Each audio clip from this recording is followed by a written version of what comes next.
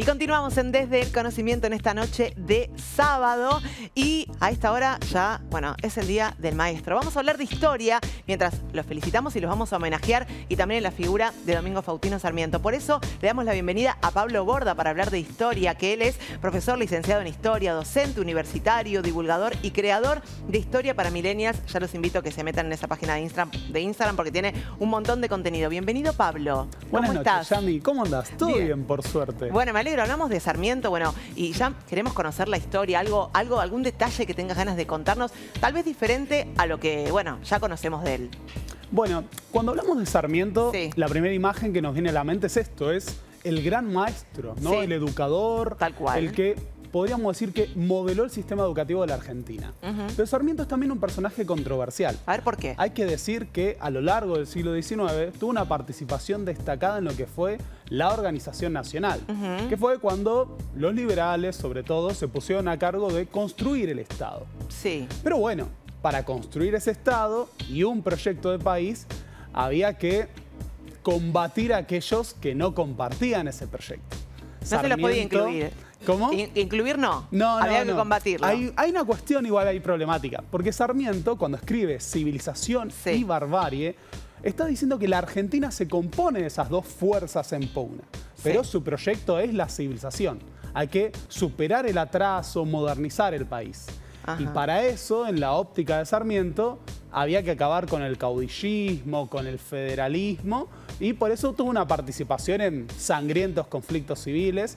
Y hay una frase que pasa a la historia de Sarmiento que es, bueno, no economice sangre de gaucho, pues este es un bien que solo sirve para abonar la tierra. Ah, bueno. Así que de Sarmiento tenemos, No estaba tan bueno eso. tenemos algunas cuestiones muy controversiales. Sí. Pero a su vez es uno de los hombres que construye el Estado argentino y una idea de nación. Sí, igual, digamos, más allá de que nosotros lo vinculamos automáticamente a lo que es la educación, que por supuesto tuvo muchísimo que ver en el desarrollo en esos años de la educación, sin duda. Bueno, como vos decías, tenía que ver con todo lo complejo que era el Estado. En su presidencia también, digamos, había proyectos de infraestructura, de ferrocarriles. Calculo que también a eso te estás refiriendo, ¿no? Exactamente. Fue la construcción misma, si queremos, de la Argentina. Claro. Pasar de un conjunto de provincias a un Estado-nación organizado.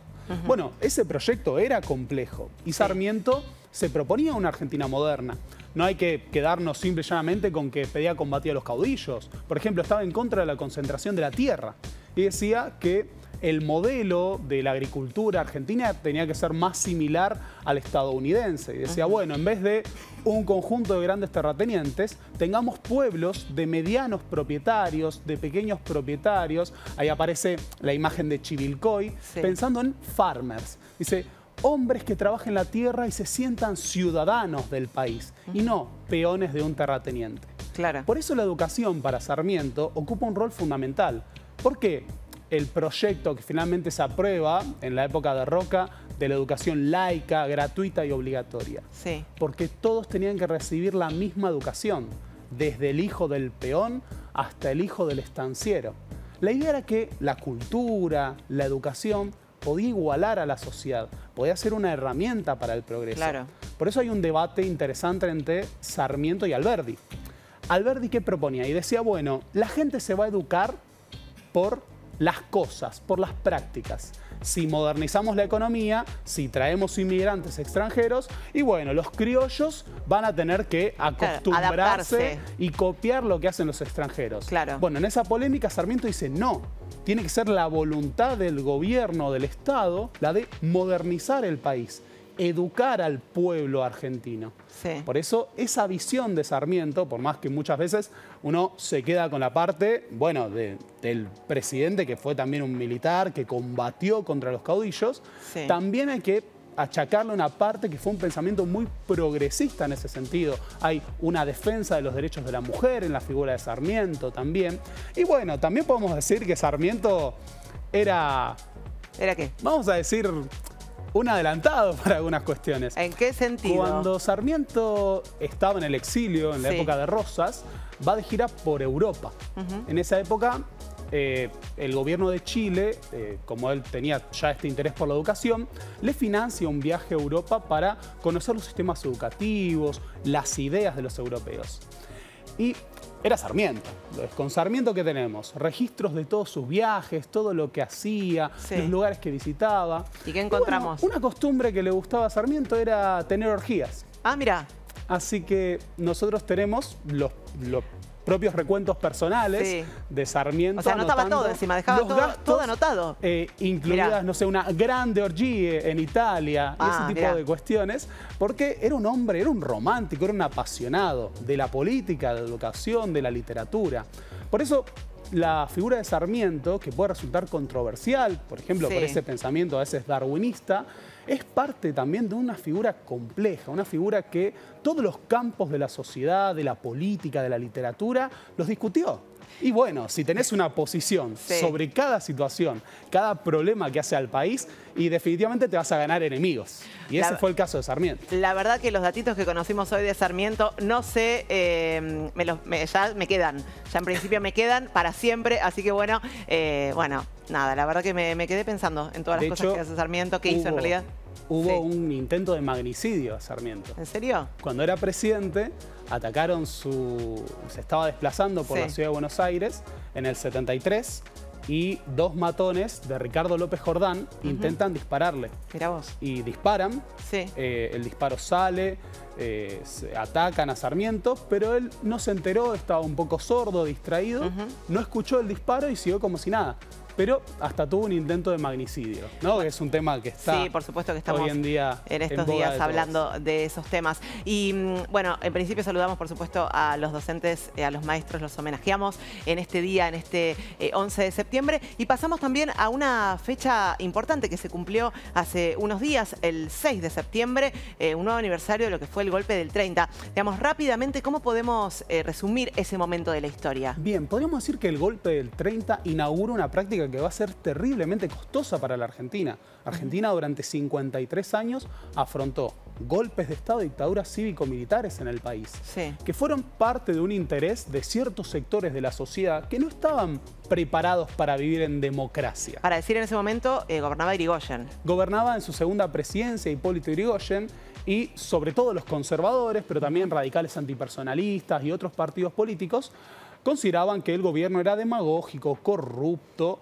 y que no estaba capacitado para gobernar, que el país estaba en una crisis nacional que en ese contexto en realidad tenía más que ver con la crisis del capitalismo, el crack de Wall Street, la Gran Depresión, y se apoya un golpe de Estado que protagoniza a un general de corte fascista, José Félix Uriburu.